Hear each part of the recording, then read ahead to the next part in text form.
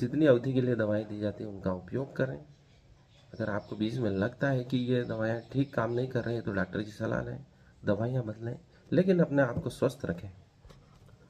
वहीं हम Nobel prize की बात करते हैं जो मेडिसिन इत्यादि में मिलते हैं, ये हमारे जीवन में ऐसी बहुत सारी घटनाएं होती है जो हमें पल भर में बदल के रख देती है। यह बदलाव इतिहास में कालजयी हो जाते हैं और हमें एक नई ऊंचाई एवं प्रयोजन से जोड़ देता है। ऐसा ही अल्फ्रेड नोबेल के साथ भी हुआ, लेकिन पहले यह जानना जरूरी कि अल्फ्रेड नोबेल ने 1886 में डायनामाइट का आविष्कार किया था।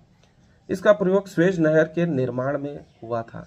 से लेकर तमाम तरह की खदानों, उद्योगों, अन्य संसाधनों के लिए किया गया, लेकिन इसने विनाश और युद्ध की संभावनाएं भी दिखाई।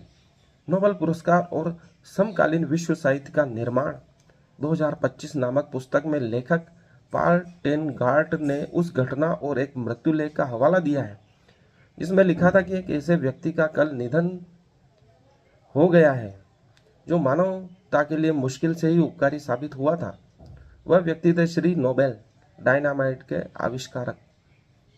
हालांकि इसमें चूक यह हुई थी कि वास्तव में अल्फ्रेड के भाई लुडविग की मृत्यु हुई थी, लेकिन इस मृत्युलेख को पढ़कर अल्फ्रेड नोबेल का जीवन दर्शन ही बदल गया, क्योंकि लोग उनकी मृत्यु के उपरांत उनको कैसे याद रखेंगे, वो उन्होंने उस अखबार में पढ़ लिया था कि उनके डायनामाइट के आविष्कार से मानव जाति का कितना विनाश हो रहा है, लोग मर रहे हैं, युद्धों में उसका उपयोग हो रहा है।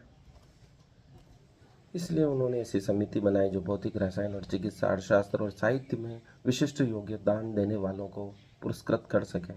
अंत में एक हिस्सा उस व्यक्ति को दिया जाए जिसने तमाम राष्ट्रों के बीच सद्भाव, भाईचारा बढ़ाने, स्थानीय सेनाओं को कम या समाप्त करने और शांति को बढ़ाने में काम किया हो।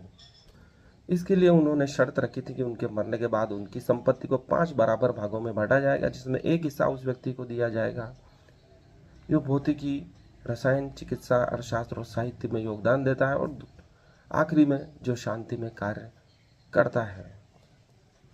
यह थी नोबेल पुरस्कार प्राप्त करने की कहानी, क्योंकि डायनामाइट के आविष्कार अल्फ्रेड नोबेल को जब उनकी मृत्यु का समाचार सुना और इनके बारे में क्या लिखा जाएगा वो उन्होंने पढ़ा तो वे दुखी हुए, और मानव जाति को जो योगदान देने वाले विशिष्ट क्षेत्र भौतिक, रसायन, अर्थशास्त्र, साहित्य इत्यादि जो है शांति में काम कर रहे हैं, उनके लिए पुरस्कारों की योजना बनाई ताकि उनका नाम सम्मान से भविष्य में लिया जा सके।